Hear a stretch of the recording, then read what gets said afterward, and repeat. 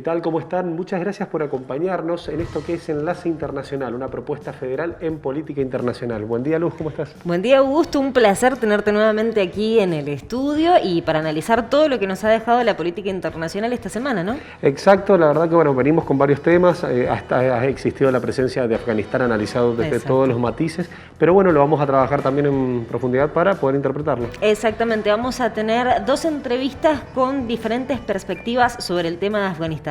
En un primer momento vamos a hablar con Mariano Sarabia, quien es periodista especializado en política internacional, docente, conferencista, que ya lo hemos entrevistado en otras ocasiones, y también vamos a entrevistar a Ana Vanessa Cárdenas, politóloga, pero desde el punto de vista del rol por ahí de la mujer en esta sociedad de Afganistán, ¿no? Tal cual, una discusión muy interesante, muy coyuntural, en el sentido de que se ha estado abordando por varios lados, pero bueno, acá queremos hacer una pausa y analizarla un poquito más profunda. Exactamente. También vamos a hablar, nos vamos a ir a Bolivia, vamos a hablar del informe que presentó la Comisión Interamericana de Derechos Humanos sobre las masacres que se perpetraron allí en pleno golpe de Estado 2019, sí, en el comienzo del golpe de Estado, al igual que el intento de suicidio de Yanine Áñez. Tal cual, toda la situación que se vio en Sacaba y en Zancata en relación a los distintos asesinatos que se llevaron a cabo. Pero por otro lado también vamos a analizar la actualidad de Israel en relación a las últimas novedades. Exactamente, hubo nuevos bombardeos, nuevos ataques, represión, protestas, y vamos a estar analizando justo después de 3 meses de que se consiguiera un alto al fuego en esta escalada en mayo de este año, que fue la más virulenta, se podría llegar a decir, desde 2014, así que hay novedades al respecto.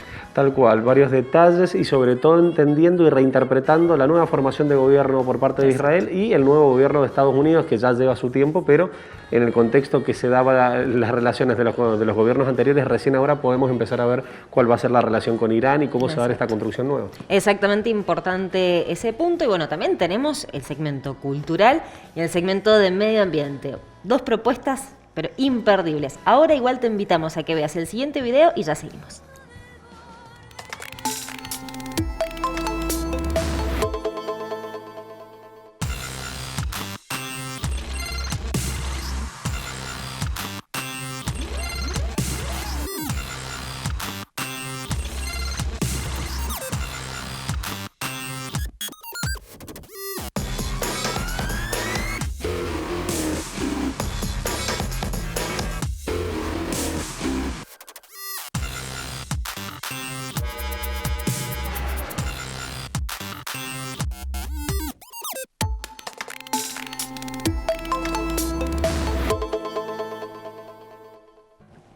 A continuación, como te anticipamos, estamos en contacto con Mariano Sarabia. Exactamente, tenemos en comunicación a Mariano Sarabia, ya lo hemos convocado en otras oportunidades.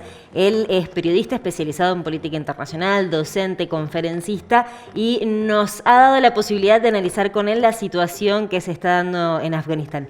Buen día, Mariano, ¿cómo estás? Hola, ¿cómo están? Un abrazo para los dos y para toda la audiencia también. Gracias, igualmente. Bueno, Mariano, primero que nada, consultarte cuál es tu opinión o tu interpretación de lo que está pasando en estos días en Afganistán. Bueno, me parece que es un momento clave, un momento bisagra en la historia de la humanidad. Esto, la verdad que es maravilloso para nosotros que nos dedicamos a la política internacional, ustedes, yo, y que por ahí no tenemos la posibilidad de viajar, menos aún en pandemia, pero es maravilloso ver, asistir a la historia en tiempo presente, ¿no? Realmente esto que está pasando se va a estudiar en los libros dentro de 10, 15, 20 años y creo que realmente está cambiando el panorama mundial, el tablero geopolítico del mundo. Creo que es la gota que colmó el vaso o el elemento que ya definitivamente nos permite decir que estamos frente a un mundo multipolar, que ya no es el futuro, no es que vamos hacia un mundo multipolar, sino que este fracaso estrepitoso de Estados Unidos hace ver que a la gran mesa de las decisiones ya no solamente se sienta Estados Unidos, sino también Rusia y China. Eso me parece que es la primera lectura, ¿no?, que yo haría.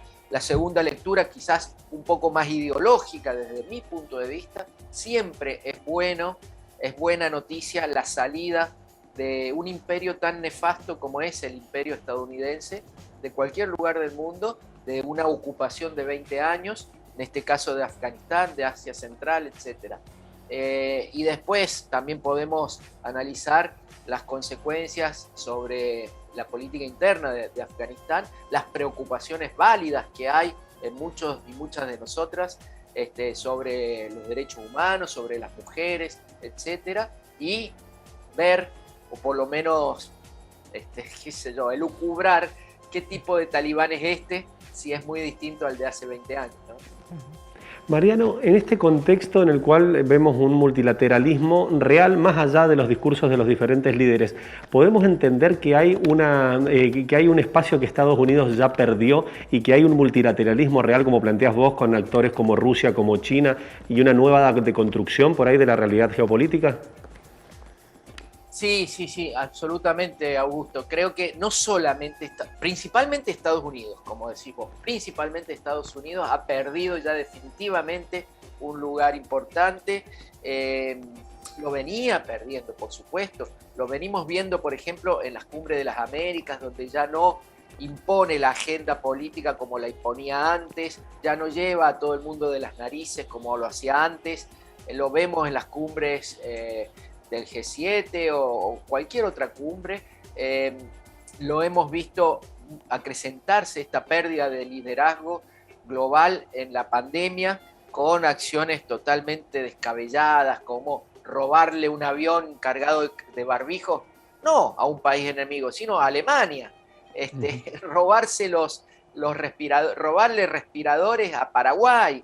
Esas cosas realmente han hecho que pierda lo poquito que pueda haber tenido alguna vez de autoridad moral en el mundo, ¿no? Por supuesto que vos me podrás decir sigue teniendo un gran poderío bélico, etcétera, etcétera, pero ya tanto política como económicamente viene en declive ya acelerado, ¿no? Pero diría más allá que Estados Unidos es Occidente en general el que ha perdido toda autoridad moral en el mundo.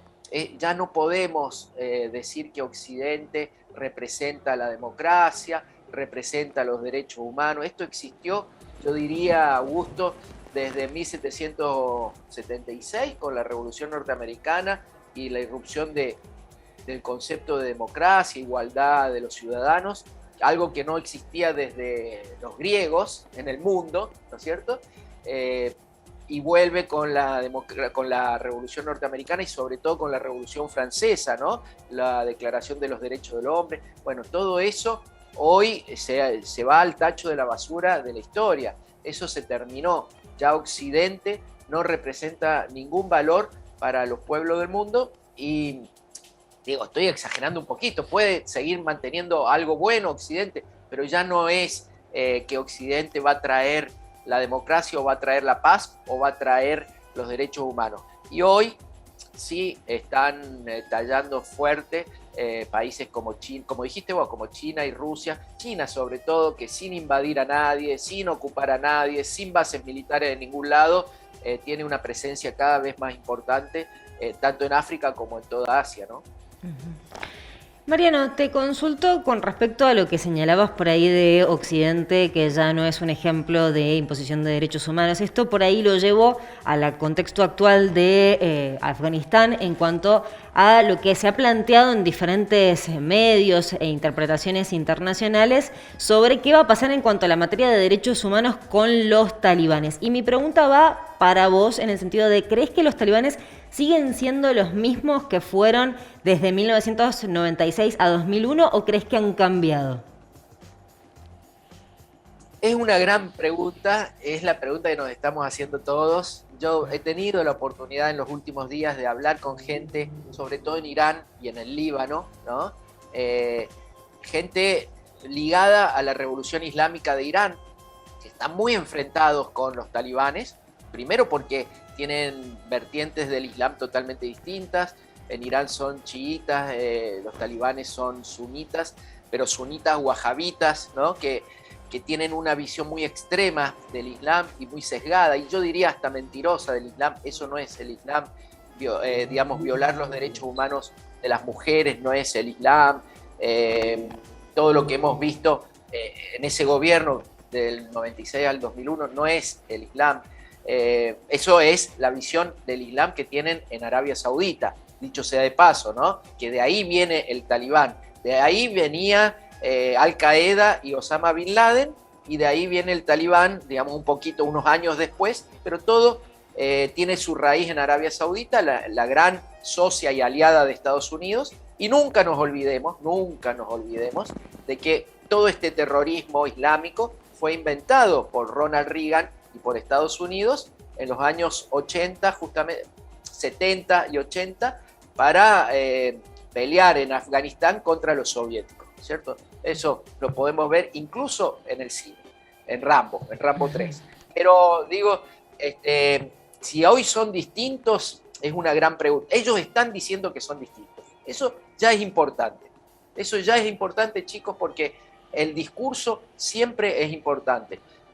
Y sobre todo, si hablamos de grupos terroristas. Un terrorista en general lucra con que el terror sea claro, a la luz del día. Digamos, el atentado se podrá hacer a escondidas, pero siempre el terrorista reivindica la acción. Cuando es un grupo terrorista que toma el gobierno, mucho más, ¿no es cierto? O sea, los talibanes de los 90 decían lo que iban a hacer y lo hacían. Hoy están diciendo otra cosa. Hoy están diciendo que le van a respetar el derecho a estudiar a las mujeres, que son... Pero más allá de eso, que hay que ver, yo no les doy un voto de confianza, hay que ver si cumplen con lo que dicen, pero digo, ya es un pasito adelante que digan otra cosa, pero sobre todo me parece que el imperio de las circunstancias los obliga a ser distintos. Hoy no tienen la banca de Bin Laden, ni de Arabia Saudita, ni de Estados Unidos como la tenían en los 90. Me parece que hoy el mundo de los 90 era un mundo unipolar, con un hegemón total que era Estados Unidos. Había caído el muro de Berlín, había caído el socialismo. Fukuyama nos había convencido a todos y a todas de que la historia había terminado y las ideologías habían muerto. Ese era el mundo de los 90. En América Latina eran todos gobiernos neoliberales. En el mundo, podríamos decir. Hoy es un mundo totalmente distinto, como acabamos de decir, donde ya existe Rusia, existe China, existe Irán. Entonces, la región, sobre todo, me parece que obliga a estos talibanes a ser distintos. Y me parece que el interés tanto de Rusia como de China como de Irán, por distintos motivos, es tenerlos a raya, pararles el carro, controlarlos y lograr un Afganistán estable. Es el interés de esas potencias que he nombrado, me parece. Mariano, para cerrar de mi parte te quería preguntar en relación a esta foto que tomaron todos los medios o a esto que se difundió mediante las redes sociales en relación al pésimo planteo logístico por parte de Estados Unidos para hacer la retirada, donde pensaban contar con 90 días y contaron con 15. ¿Cuál ves vos que es la realidad en materia de desafíos de derechos humanos sin dejar puertas abiertas en nombre de los derechos humanos para el intervencionismo? Bueno, como decís vos, fue un error de cálculo muy serio, porque recordemos que todo lo que estamos viendo, yo lo que veo, Augusto, es un desfasaje muy grande entre lo que plantean los medios hegemónicos occidentales y lo que plantean sus propios, o lo que están haciendo sus propios gobiernos, ¿no? Vos lees el País de Madrid, ves los medios de Estados Unidos, etcétera, etcétera, los de Francia, y realmente siguen agigantando el monstruo, que yo no digo que no exista el monstruo. No voy a defender a los talibanes, porque los talibanes son producto, ya dijimos, de Occidente mismo. Pero siguen agigantando el monstruo y planteando esta foto que decís vos, que yo no digo que sea falsa, pero no representa a todo el país, digamos, porque haya cientos o incluso miles de personas que quieran irse.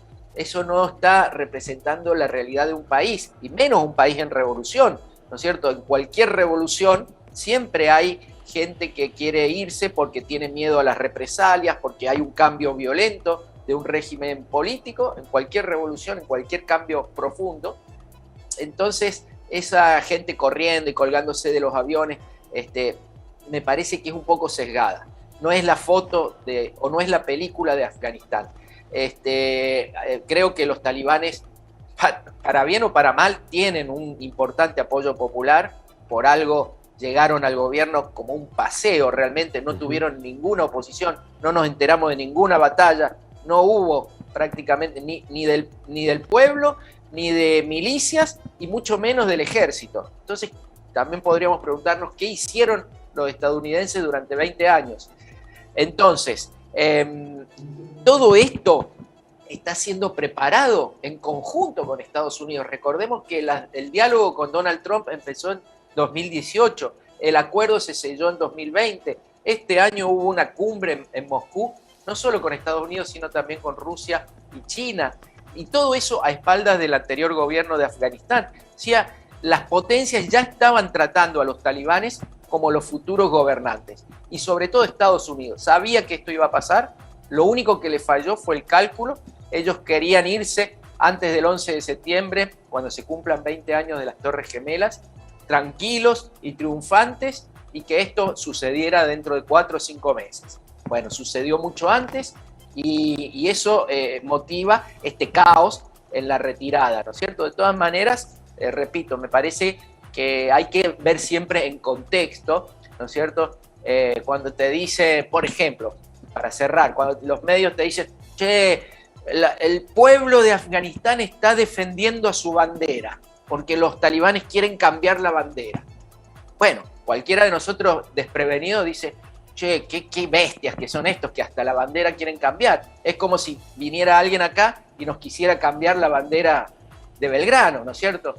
¿No es cierto? Y cuando empezás a investigar un poquito, te das cuenta que la bandera actual de Afganistán es del 2004, que ha habido un montón de otras banderas, que la bandera del Emirato existió, fue la que más tiempo estuvo, desde 1880 hasta 1930, un montón de cosas. Digo, es un ejemplo nada más, quizás anecdótico, de cómo se está mintiendo.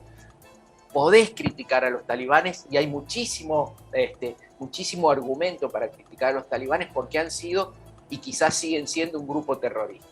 Pero no hace falta mentir para criticar a los talibanes. Entonces, gran parte de lo que estamos viendo, yo creo como vos, que es parte del desastre logístico, entre otras cosas, de Estados Unidos. Mariano, como siempre, un placer poder charlar un ratito con vos, y seguramente a la brevedad te vamos a estar contactando de nuevo. Dale, muchísimas gracias, para mí es un gusto. Les mando un abrazo a ustedes y a la audiencia.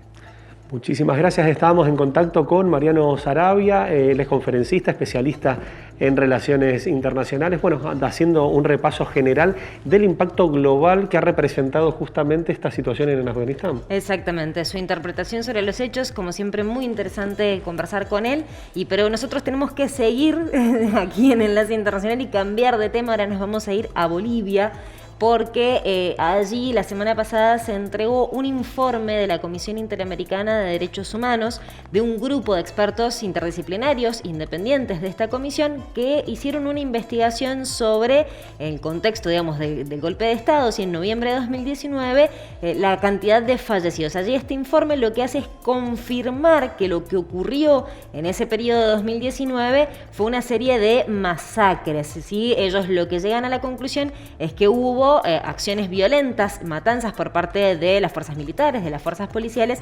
ejecuciones sumarias, y lo que piden es un resarcimiento justamente de las víctimas. Llegan a la conclusión que son 37 víctimas fatales y más de 100 víctimas también, digamos, con algún tipo de lesión, ya sea grave o más bien leve, y lo que piden es un resarcimiento por parte del Estado. Exacto, de hecho, en un contexto el cual a nivel ya regional es algo preocupante, porque la colaboración que ha existido, que se está evaluando, que se está investigando también, de los procesos que se han vivido. Esto creo yo que es una herramienta más también en este contexto donde avanzan las investigaciones. Exactamente, avanzan las investigaciones en este marco, digamos, unos días después de que se presentara este informe ante Luis Arce. Bueno, se pidió la autorización por parte de la Asamblea Nacional Internacional para que se realice este juicio de responsabilidades en contra a la autoría.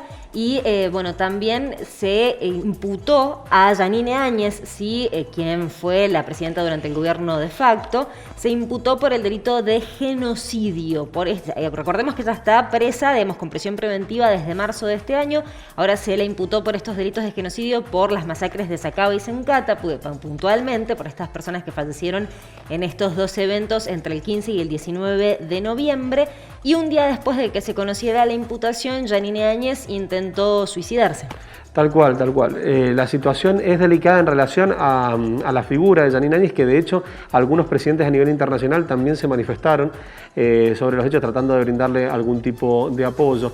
Pero la verdad que el avance de las distintas investigaciones, de los distintos procesos que se están llevan a empezar a dar alguna suerte de tranquilidad en el sentido de que no podían quedar impunes estos procesos, donde de hecho perdió la vida nuestro colega Sebastián Moro. Exactamente. Bueno, de hecho es un caso que todavía está pendiente, el de Sebastián Moro, porque bueno, debe ser incluido dentro de estos delitos que fueron contemplados en la Comisión Interamericana, así dentro de lo que es la masacre, y pedimos también que se acelere un poco la investigación y que se lo tipifique dentro de lo que fue el golpe de Estado. Una cuestión importante también a tener en cuenta con respecto a la situación de Bolivia es la repercusión de este lado, ¿sí? En el sentido de que Argentina, recordemos nosotros ya aquí lo habíamos comentado, que Mauricio Macri había sido imputado por este hecho por el contrabando ilegal de armas y municiones hacia Bolivia en el contexto del golpe de Estado. Bueno, la semana pasada se amplió, ¿sí?, la denuncia contra Mauricio Macri, según lo que presentaron, ¿sí?, desde el gobierno actual, presentaron una nueva denuncia en donde incorporaron al expediente el registro de ingresos a la Casa Blanca, en donde se da cuenta de dos reuniones trascendentales de Mauricio Macri, que lo que harían es, demostrar la responsabilidad del expresidente en cuanto al envío de las municiones. Una de esas reuniones fue con el ex embajador, ¿sí? O sea, con el ex canciller Jorge Forí, y un poquito después una reunión con también Patricia Bullrich, con Otero, y con Marcos Peña. Por eso se amplía la denuncia contra Forí, Marcos Peña y Fulvio Pompeo. Vamos a estar siguiéndolo al tema, lo vamos a ir actualizando en forma permanente, dado que se esperan muchas más novedades y sobre todo también ver cuáles son las reacciones de estos actores que aparentemente han tenido un rol efectivo en este proceso y se está investigando. Exactamente, continúan las investigaciones, hay que ver también ahora, depende aquí en lo que es la justicia, porque estaba en debate qué juez iba a tomar la causa, porque uno se había declarado incompetente. Bueno, seguramente en los próximos días vamos a tener novedades. Exactamente. Así que bueno, nos vamos ahora a Israel, ¿te parece? Vamos a Israel. Brevemente. Un contexto difícil, ¿no? Exactamente, muy difícil. El día sábado hubo una serie de protestas, ¿sí? Por parte, de palestinos en Gaza, ¿sí? En la Franja de Gaza. Estas protestas, lo que los palestinos estaban reclamando es, bueno, primero se conmemoraba el aniversario número 52 del incendio de la mezquita Al-Aqsa, y por otro lado protestaban justamente frente al bloqueo que está realizando Israel contra Gaza después del alto al fuego. Sí, recordemos que el 21 de mayo habían llegado a un acuerdo de alto al fuego y que Israel se comprometía a dejar pasar ayuda humanitaria. La cuestión es que desde que ha pasado 3 meses, pasó de ese alto al fuego, no llega ayuda humanitaria suficiente para reconstruir Gaza, que ha quedado principalmente muy afectada por estos bombardeos que vimos en escala de mayo. Israel ha argumentado la utilización justamente de artefactos incendiarios para generar daños en su territorio. Hay que analizarlo en detalle por lo que pueda llegar a representar esto en un contexto en el cual también se están dando bilaterales entre Israel y Estados Unidos, y se está trabajando también la discusión sobre la capacidad que tiene hoy por hoy Irán en relación a lo que es el desarrollo atómico. Exactamente, eso es un tema que lo vamos a analizar bien en profundidad la semana que viene, porque es muy importante la reunión entre Naftali Bennett y Joe Biden, ¿sí? En el sentido de qué es lo que va a pasar. Se va a presentar, se presentó de hecho un informe por parte de Israel para avanzar en cuanto al acuerdo con Irán, pero bueno, es importante analizar por ahí los detalles. Nos comprometemos a hacerlo la semana que viene. Tal cual, pero ahora no te vayas, quédate ahí que en breve tenemos una entrevista interesantísima. Ya volvemos.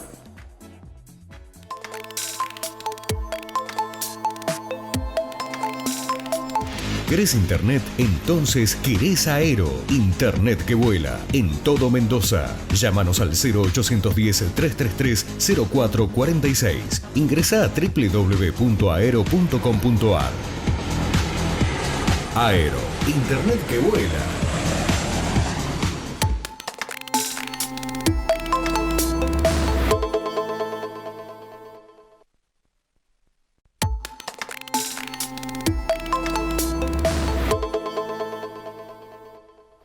Continuamos en Enlace Internacional y como habíamos anticipado vamos a seguir en Afganistán, pero ahora para analizar un tema puntual que es el rol de las mujeres, ¿no, Augusto? Exacto, para eso estamos con Vanessa Cárdenas, ella es internacionalista, docente, y justamente queremos analizar cuál es el proceso desde la perspectiva de la mujer en relación a la situación que se está dando en Afganistán. Buen día, Vanessa, ¿cómo estás? ¿Qué tal? Muy buenos días para ustedes y todo su auditorio. Bueno, muchísimas gracias. Hacíamos referencia justamente a que hemos estado analizando la situación que se está dando en Afganistán, pero mucho se ha analizado en relación al rol de la mujer y a lo que viene en Afganistán en cuanto a la figura. ¿Cuál es tu interpretación en relación a la situación actual con la llegada del talibán al poder? Sí, efectivamente hay un cambio muy importante para las mujeres y bueno, pues para la situación política no solamente al interior de Afganistán, sino para la región en general.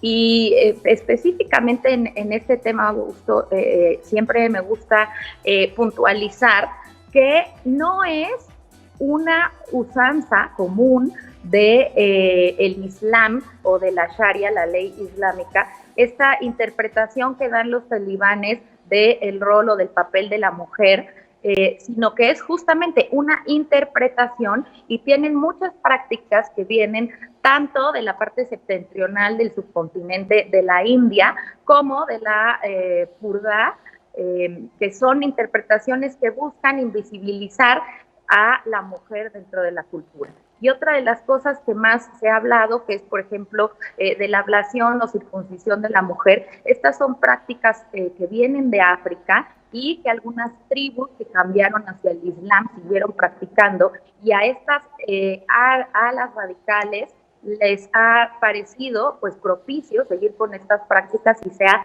entendido de alguna manera o mal entendido como una interpretación de la Sharia y que así es el Islam. Sin embargo, pues tenemos casos como sus vecinos, como Irán, ¿no? Que también siguen esta ley islámica y que sí dejan trabajar a las mujeres, sí las dejan estudiar, ¿no? Y que es totalmente diferente, sin que vivan al 100% los derechos de que tenemos hoy por hoy en Occidente, pero que tampoco es tan radical como la que tiene el día de hoy el talibán. Esto es importante señalarlo para no generalizar como una práctica común de la ley islámica. Y Ana Vanessa, me parece por ahí oportuno consultarte qué es la Sharia y qué es lo que dice la Sharia sobre las mujeres.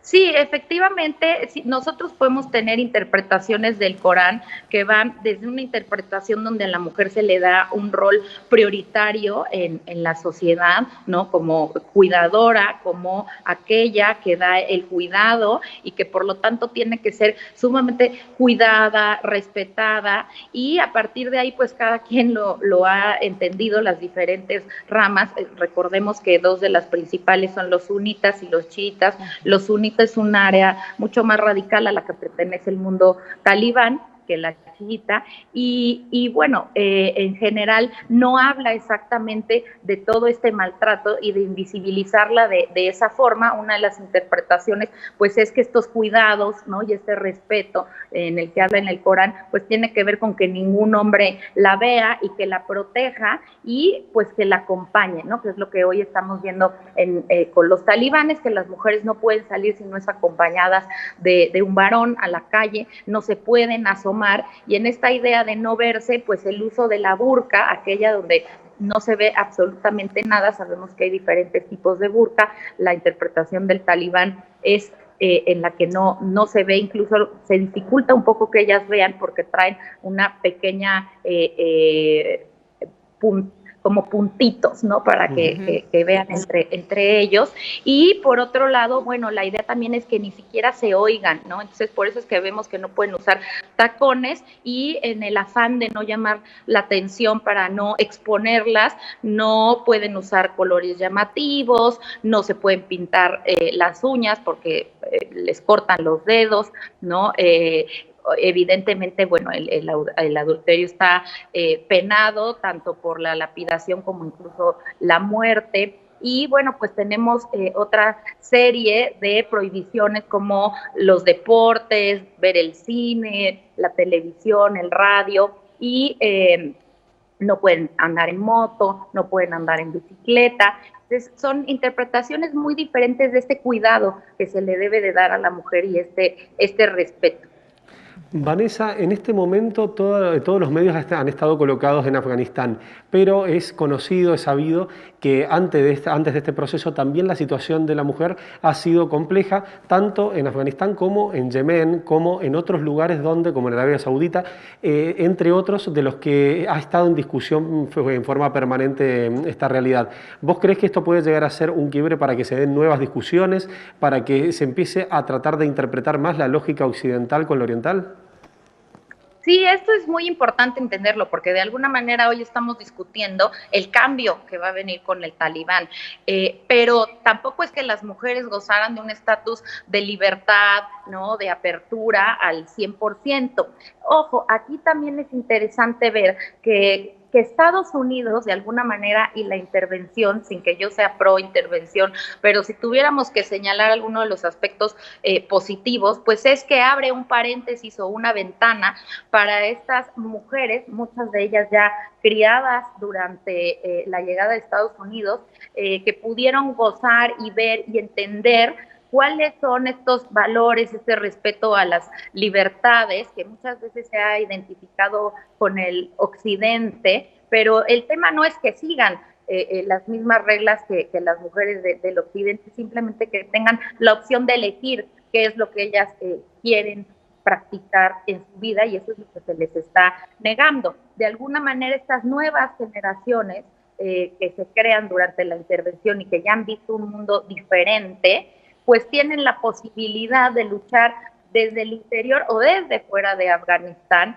por esos derechos. Entonces sí me parece que va a ser una oportunidad para el mundo que está muy involucrado en este tema, que ha estado sobre la mesa a la par de la situación política y humanitaria de Afganistán, para discutir, para presionar y sobre todo pues para luchar a la par de estas mujeres, no solamente por la apertura de estas opciones y la posibilidad de elegir en Afganistán, sino en otros lugares que también están pues asediados por estas interpretaciones que limitan el papel de la mujer y su desarrollo.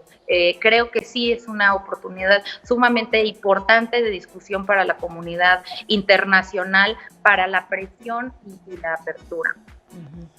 Y Ana Vanessa, te consulto, ¿realmente qué papel o qué rol tiene la comunidad internacional y qué influencia puede tener la comunidad internacional en cuanto a los talibanes en estos aspectos? Porque, por ejemplo, veíamos que el Banco Mundial suspendió el envío de divisas, el Fondo Monetario Internacional también, pero ¿cuál es realmente la verdadera presión que debería ejercer la comunidad internacional sobre los talibanes para el respeto de las mujeres?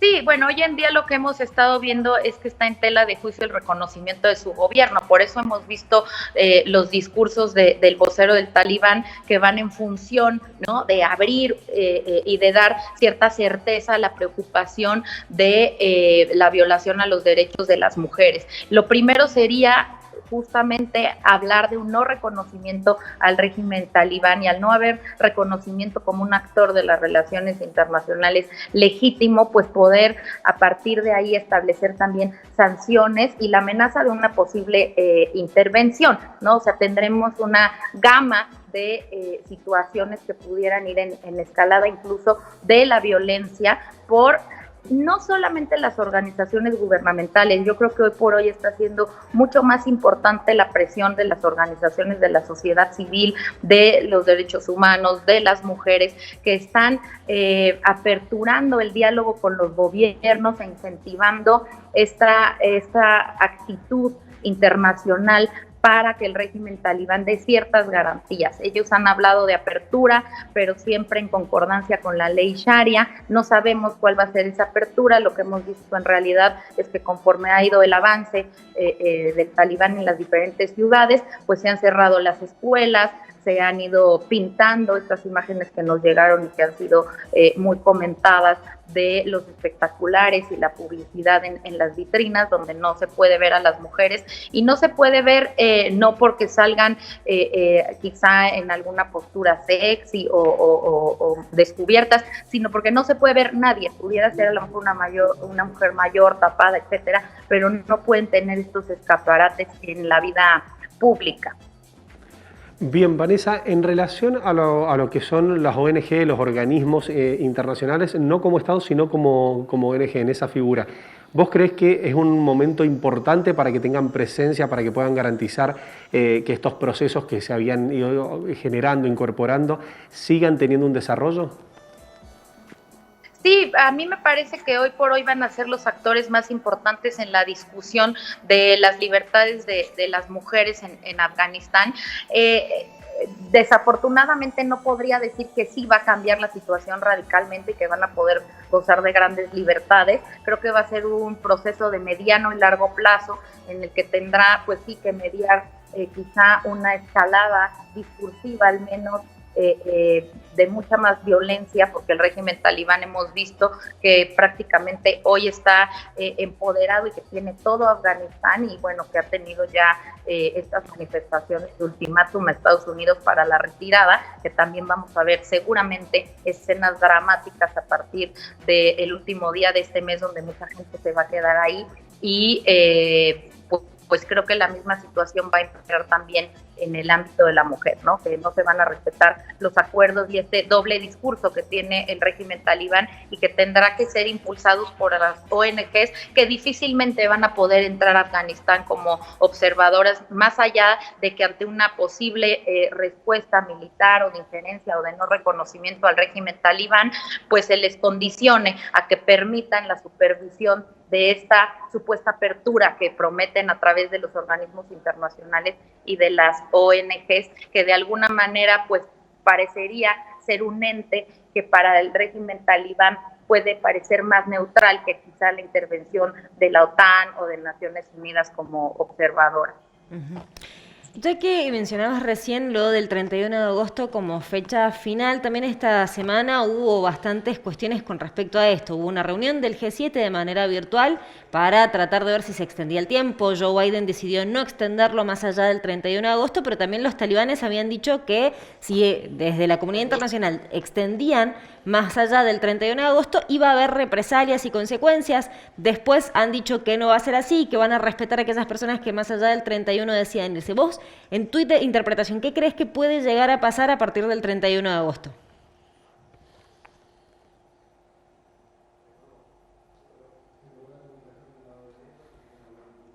Justo, bueno, tuvimos un pequeño inconveniente para que respondiera la pregunta. La consulta que le hacía bueno, justamente Ana Vanessa tiene que ver con conocer qué es lo que puede llegar a pasar allí en Afganistán, teniendo en cuenta esta controversia de y este temor que hay, que si a partir del 31 de agosto van a poder salir aquellos ciudadanos extranjeros y aquellos afganos colaboradores con la comunidad internacional del territorio. Y lo que representa esta fecha puntualmente, dado que los distintos sectores talibanes han planteado como una línea roja, o sea, atravesar este día ya podría empezar a tener otra connotación. ¿Qué representaría eso? La posición de Estados Unidos ha sido determinante en relación a esta situación que se da en particular. Así que vamos a seguir analizándolo al tema de todos modos, pero entiendo que es la fecha determinante a tener en cuenta. Exacto, hay que ver qué es lo que ocurre, básicamente porque también hubo, digamos, un pedido por parte de Estados Unidos, puntualmente, en realidad quien lo dijo fue el secretario de Estado de Estados Unidos, que Anthony Blinken planteó que, digamos, hay temor de que haya ataques por parte del ISIS allí en Afganistán. Ese es otro tema también en relación a lo que pueda llegar a pasar si el ISIS, tanto como Al-Qaeda o el propio sector talibán, llega a desarrollar o a potenciar algún tipo de acción. todo va a estar puesto en relación a estas acciones que se pueden generar. Exactamente, todo está expuesto. Básicamente el tema está planteado, hemos podido profundizarlo, lo hemos desarrollado. Lo que sí, en el corto plazo lo vamos a seguir en forma de intervenciones, dado justamente el interés y la importancia que genera, ¿no? Exacto, muchísima importancia, porque acá estamos viendo un cambio, como decía más temprano Mariano Sarabia, es un cambio geopolítico que no solamente afecta a Afganistán, afecta a toda la región y afecta los posicionamientos geopolíticos, porque como también esto repercute en la imagen de Joe Biden. Exactamente, así que lo vamos a seguir de cerca, como te comentamos, pero ahora no te vayas, quédate ahí, que ya venimos con una propuesta en medio ambiente y en cine para entender el contexto internacional increíble.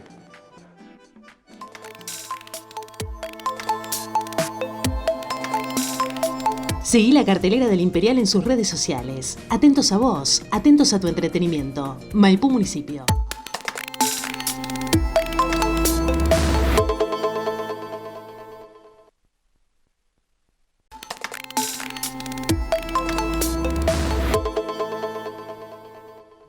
Continuamos con Enlace Internacional y justamente es el momento en el cual analizamos el medio ambiente. Exactamente, hoy tenemos un tema muy interesante para analizar. Vamos a hablar de las energías renovables y lo vamos a hacer con Augusto Mazzucco. Él es ingeniero en recursos naturales renovables, ya lo habíamos consultado y también es uno de los socios fundadores de la empresa Clipio Evolución Sustentable.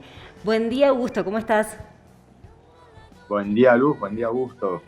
Muchísimas gracias por el contacto. Te queríamos preguntar, queríamos saber básicamente qué son primero las energías renovables. Bueno, las energías renovables son aquellas energías que provienen de fuentes que están continuamente regenerándose. Es decir, no se agotan, no son finitas y no tienen una distribución heterogénea en distintos yacimientos. Se caracterizan por ser energías menos sucias o no tan contaminantes. Ejemplos, la energía solar, la energía maremotriz, que es la energía que se genera con la energía del mar, la biomasa, la energía hidráulica, la geotérmica, la eólica, no sé si lo mencioné. Perfecto. Estas son las energías que hoy son consideradas renovables. Bien, ¿y por qué es importante o cómo contribuye al medio ambiente la transformación de las energías convencionales a estas energías renovables? Hoy en día, a nivel mundial, en los últimos años, desde en la era industrial, hemos cambiado la concentración de gases en la atmósfera, que esto ha potenciado lo que es el efecto invernadero, generando el calentamiento global que ya todos hemos escuchado.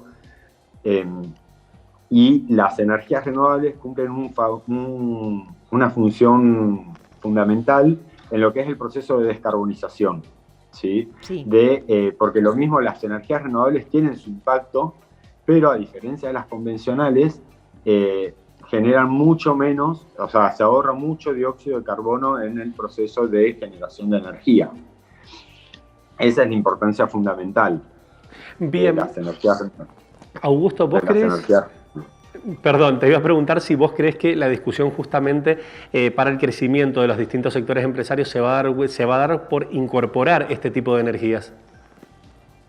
Sí, hoy en día nos encontramos en una transición dentro de lo que son las fuentes de energías renovables, de las convencionales a las renovables, perdón. Es más barata la energía convencional, puesto que no solamente que está subsidiada, sino también que no se asume el coste ambiental. Las energías convencionales, que son extractivas, se extrae desde diferentes yacimientos, que después se combustiona, todo ese proceso tiene un impacto ambiental, un coste ambiental que hoy no está siendo considerado completamente en la ecuación. Por eso siguen siendo económicamente más atractivas las energías convencionales, pero si uno asume el coste ambiental que se tiene, las energías renovables por lejos son más convenientes. Y a nivel empresarial están transicionando a este cambio porque también se están generando desde un sector político, desde las normativas, se están generando beneficios o créditos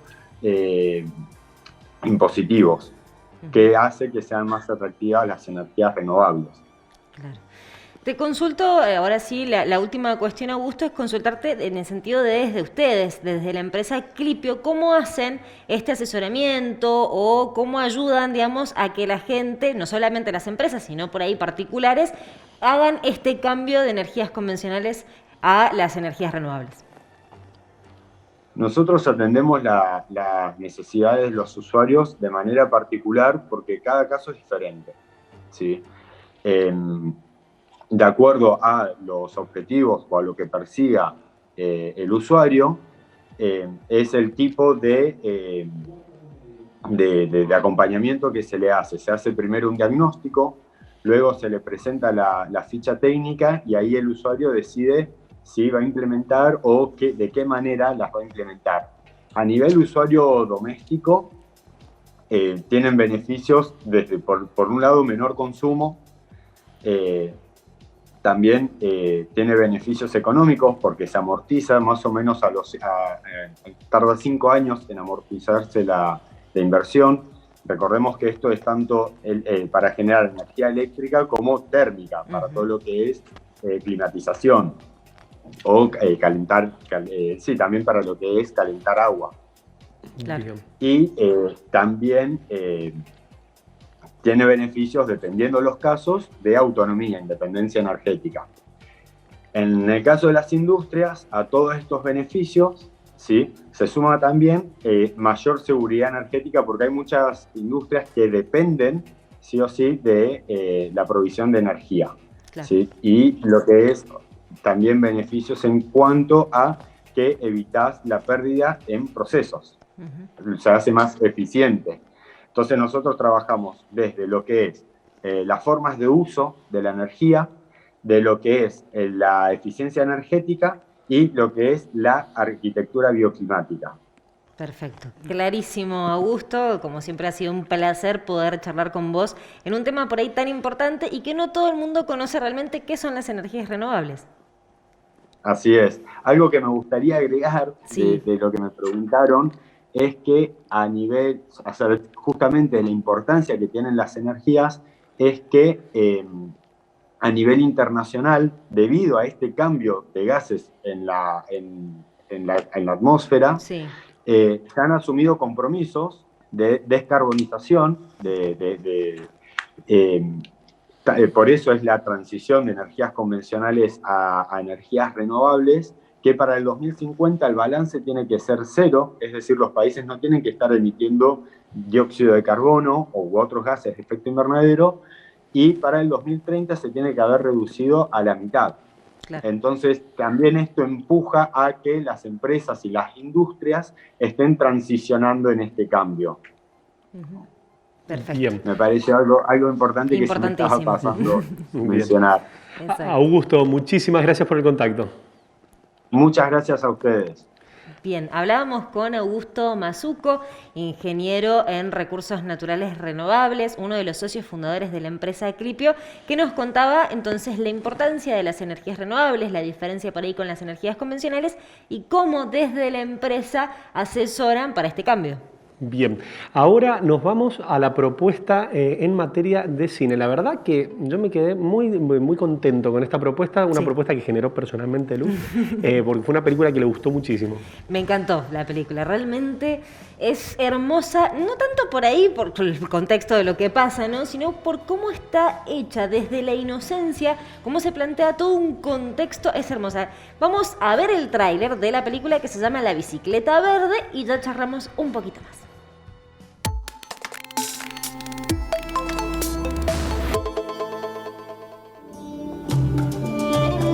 هذا جاي المدرسة من غير غطاء على راسك. يما قبل الحصة قالت لي البس عباية على الراس واغطي وجهي. طيب وش رايك زوجك؟ ها ما يضحك. والله يعني ما تدري بنات ما يركبون السياكل.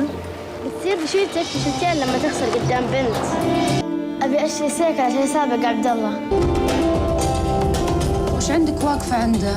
ما انت فيها، ما فيها الا سام رجال. لا تجي، روح حط راسك براس امك. ما عندكم سالفة غير العرس. يعني شو نسوي فيك الحين؟ نطردكي؟ وكل هذا ليش؟ عشان ما خليتك تشتري سيكل؟ وجدة، تدرين بتزوجك لما نكبر صح؟ أبيك تكونين أسعد إنسانة في الدنيا.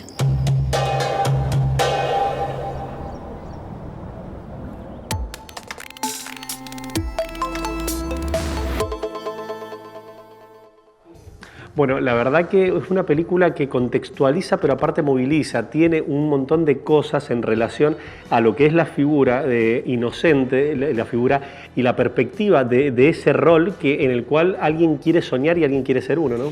Exactamente, una niña guarda de 10 años que quiere tener su bicicleta. Una bicicleta, algo tan sencillo para nosotros, para Occidente, como por ejemplo el derecho de tener una bicicleta para poder jugar con un amiguito y hacer carreras. En Afganistán, en realidad, bueno, esta película se produce en Arabia Saudita, pero es válida la comparación con respecto a lo que está pasando en Afganistán, porque mantienen la misma creencia de musulmán sunita. Entonces tiene, digamos, la misma, es muy parecida a la interpretación de la Sharia en Arabia Saudita como en Afganistán por parte de los talibanes. Por eso lo traemos a colación. Y esta nena quiere tener la bicicleta a pesar de que, digamos, el código de conducta se lo impide. Las mujeres no pueden andar en bicicleta, no pueden circular, digamos, solas por la calle si no están acompañadas por un mahram. Bueno, tienen ciertas cuestiones de discriminación y de desigualdad de derechos con respecto a los hombres. Y la nena, a pesar de todos estos impedimentos, logra sortear una suerte de objetivos para conseguir el obstáculo para conseguir su bicicleta. Entonces es muy valiosa porque es una nena que desde la inocencia cuenta, digamos, que no está de acuerdo con lo que está impuesto. Y a la vez, mientras va contando esta historia de cómo la nena va sorteando diferentes obstáculos para tratar de lograr este objetivo, te muestran el contexto general, puntualmente del rol de la mujer, ¿sí? Desde el rol de salir con la burka a la calle, de que no se le pueden ver los tobillos, de la imposibilidad de manejar, por supuesto, de no salir acompañadas si no van con el mahram, de no ser vistas en el balcón. Bueno, todo te lo van mostrando a lo largo de la película de una manera tan suave que es realmente muy interesante y cómo uno ya incorpora ese tipo de cultura que se vive allí. Sobre todo algo para mí, para destacar, es la riqueza de cómo de una experiencia particular se puede interpretar todo lo que es, a grosso modo, en grandes rasgos, una experiencia de lo que es el movimiento musulmán sunita. Exactamente, es clarísima la película con respecto a los musulmanes sunitas y también es muy valiosa la película, ¿por qué? Porque es una película de una directora mujer, una directora de Arabia Saudita, quien es Al-Mansur, que logra, a partir de una serie de autorizaciones, filmar en territorio de Arabia Saudita. Entonces es la primera película de Arabia Saudita dirigida por una mujer y en territorio de Arabia Saudí. Y después, en una entrevista, ella, lo que la directora contaba, que había tenido una serie de impedimentos para poder filmar en ciertos barrios por ahí que son más ortodoxos, más tradicionales, como por ejemplo dirigir directamente desde adentro de una camioneta con los vidrios polarizados porque no puede ser vista por los hombres. Exactamente. Es muy interesante y es muy valioso también encontrar por ahí digamos, los detalles por afuera, digamos, del armado de la película, no solamente la película en sí misma. Una propuesta, la verdad, muy interesante y sobre todo en este contexto donde sigue siendo tapa todo lo que se está dando en Afganistán. Exacto. Y donde nos genera mucha incertidumbre, también mucha curiosidad la realidad en materia religiosa, política, social. Exacto, y en esta película se ve todo y nos ayuda a comprender un poquito más la situación de Afganistán. Pero antes de irnos, contanos el outfit que tenés hoy. Me encanta el outfit que me ha dado porque me parece ideal para estos días en donde, viste, que ya no está frío y tampoco hace calor, me encanta. Vamos a empezar, si les parece, de abajo para arriba. Los zapatos de cuero ecológico divinos, me parecen únicos. Y el vestido, precioso. Seda 100%, seda animal print. Miren lo que es el detalle. Un lado plisado, del otro no. Es original, único. Manguita larga, bueno, una preciosura ideal para estos días y, por supuesto, sustentable. Como todas las propuestas del Atelier. Por eso recuerden que tiene un verdadero compromiso el Atelier Ellen Hansen con el cuidado del medio ambiente. Y yo les recomiendo que vayan. ¿A dónde? A San Lorenzo 576, Ciudad de Mendoza. Allí las van a atender, pero increíblemente. Te agradecemos por habernos acompañado en este enlace internacional, esta propuesta federal en política internacional, donde también estamos acompañando a la gente de San Juan mediante Canal Sama, Canal 13 de San Luis y Canal 3 de San Martín. Nos reencontramos el sábado que viene. Chau, chau.